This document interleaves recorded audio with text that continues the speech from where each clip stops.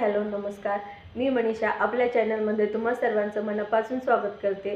आज आपण घरच्या घरी बनवणार आहोत काजू मसाला करी, जी हॉटेल सारखीच घरी सुद्धा बनवता येते आणि कमी साहित्यामध्ये कमी वस्तू वापरून किंवा मसाला न वापरता सुद्धा बनवता येते।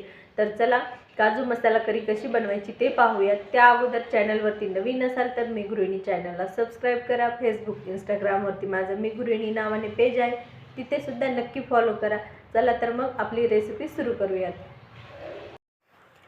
इथे मी अर्धा वाटी एवढे काजू भिजत टाकले होते आणि यांना 1 तास झालं भिजत टाकून हे पूर्णपणे मऊ झालेले आहेत आणि हे पाणी टाकून द्यायचं नाही, तर आपल्याला हे भाजीत वापरायचे। त्याचबरोबर मी थोडी कोथिंबीर घेतली, 2 कांदे कट करून घेतलेत, 1 टोमॅटो कट करून घेतलाय आणि 8 ते 10 लसणाच्या पाकळ्या। मसाल्यांमध्ये लाल तिखट घेतलेलं आहे, 1 चमचा गरम मसाला, अर्धा चमचा, पाव चमचा हळद, 1 चमचा एवढे धणे, चवीनुसार मीठ घेतलेलं आहे। इथे कढाई गरम झाल्याच्या नंतर त्यामध्ये मी कांदा टाकत आहे, कारण कांदा आपल्याला भाजून घ्यायचा आहे आणि कांदा भाजताना तेल टाकलं 1 चमचा एवढं, तर पटकन भाजतो आणि फुल स्पीडवरती भाजला तरी चालेल। फक्त स्पीड फुल ठेवल्याच्या नंतर पटपट आपल्याला हलवत राहावं लागतं कांदा, कारण करपू नये म्हणून। आणि ते थोडासा कांदा भाजला की त्यानंतर त्यामध्ये मी टोमॅटो ॲड केलेला आहे, कारण दोन्ही सोबतच भाजून घ्यायचं आहे आपल्याला।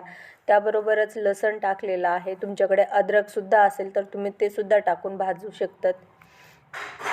इथे हे सर्व 7 ते 8 मिनिट फुल स्पीडवरती मी भाजून घेत आहे आणि इथे पहा हलकासा कलर चेंज झालेला आहे। टोमॅटोसुद्धा थोडेसे मऊ झालेत आणि जेव्हा पूर्ण टोमॅटो आपला मऊ होतो तेव्हाच आपल्याला पूर्ण कांदा टोमॅटो भाजलं म्हणून काढून घ्यायचा आहे।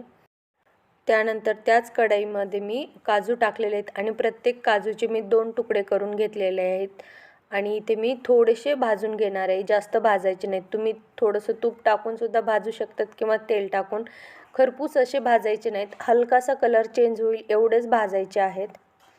आणि ते मी फक्त 4 ते 5 मिनिट काजू फुल स्पीडवरती भाजून घेतलेले आहेत आणि थोडेसे काजू ग्रेव्हीसाठी मी ओले काढून ठेवलेत आणि इथे पहा अशा प्रकारे आपले छान असे भाजून झालेले आहेत, जास्त भाजायचे नव्हते आपल्याला।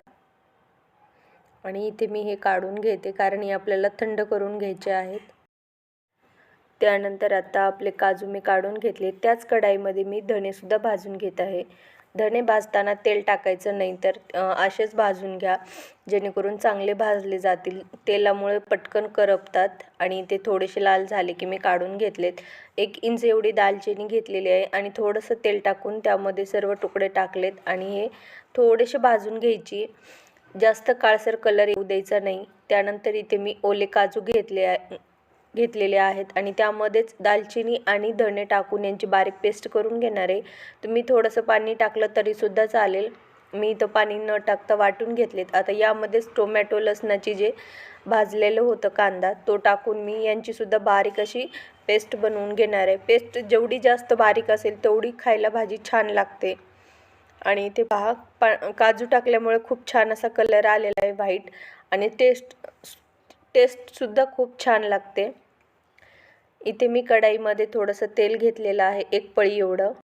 तेल गरम झाल्याच्या नंतर त्यामध्ये मी अर्धा चमचा एवढे जिरे टाकले। जिरे छान तळू द्यायचे तेलामध्ये आणि छान जिरे भाजल्याच्या नंतरच त्यामध्ये मी ग्रेव्ही जी आपण बनवलेली होती पेस्ट ती टाकणार आहे। पेस्ट टाकल्याच्या नंतर लगेचच परतवून घेत आहे, कारण खाली कढाईला चटकू नये म्हणून, किंवा खालच्या साईडला थोडीशी पण चटकली तर मग पूर्ण भाजी आपली थोड्या थोड्या वेळाने खाली चिटकत राहते कढाईला म्हणून। आणि तेलामध्ये ग्रेव्ही टाकल्याच्या नंतर आपल्याला 7 ते 8 मिनिट मसाला भाजून घ्यायचा आहे। जरी काही थोडंसं कच्चं असेल तर ते भाजलं जावं, फक्त गॅसची स्पीड जी आहे ती मीडियम ठेवून द्यायची। त्यानंतर यामध्ये मी मसाला भाजल्याच्या नंतर हळद, चटणी ॲड केलेली आहे आणि ते मिक्स करून घेत आहे। त्यानंतर गरम मसाला टाकला, तो सुद्धा मिक्स करून घेतला आणि चवीनुसार मीठ टाकून घेत आहे। इथे मसाला छान असा परतवून झालेला आहे, करपू द्यायचा नाही।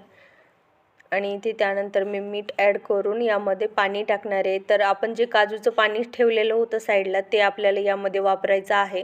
तुम्ही दुसरंसुद्धा पाणी वापरू शकतात। आणि आपण जे मिक्सरमध्ये पेस्ट बनवली होती ती पूर्ण पाण्यामध्ये मिक्स करून घ्यायची, त्यानंतर टाकायचं इथे मी 2 वाट्या एवढंच पाणी टाकलेलं आहे, म्हणजे एका ग्लासाच्या जवळ जास्त पाणी वापरत नाही आहे.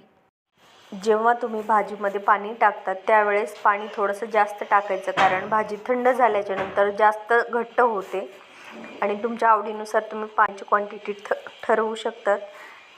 त्यानंतर मी यामध्ये काजू टाकलेले आहेत.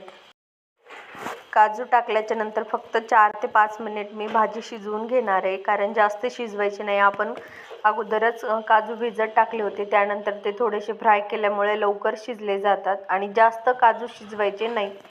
इथे उकळी छान आलेली आहे आणि भाजीला कलरसुद्धा खूप छान दिसत आहे.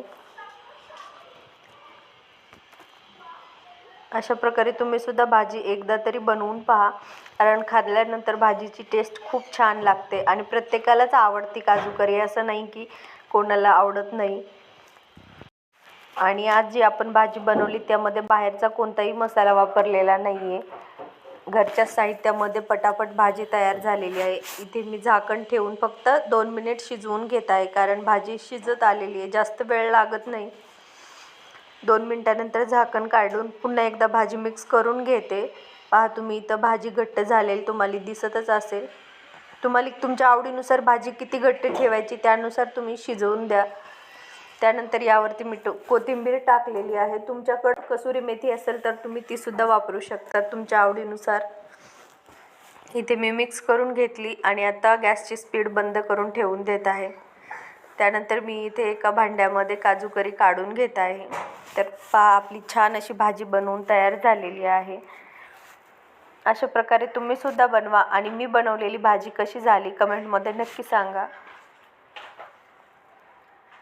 वरतून तुम्ही आवडीनुसार तुमच्या बटर वगैरे ॲड करू शकतात आणि खायला खूप छान लागते. चला तर मग पुन्हा भेटूयात.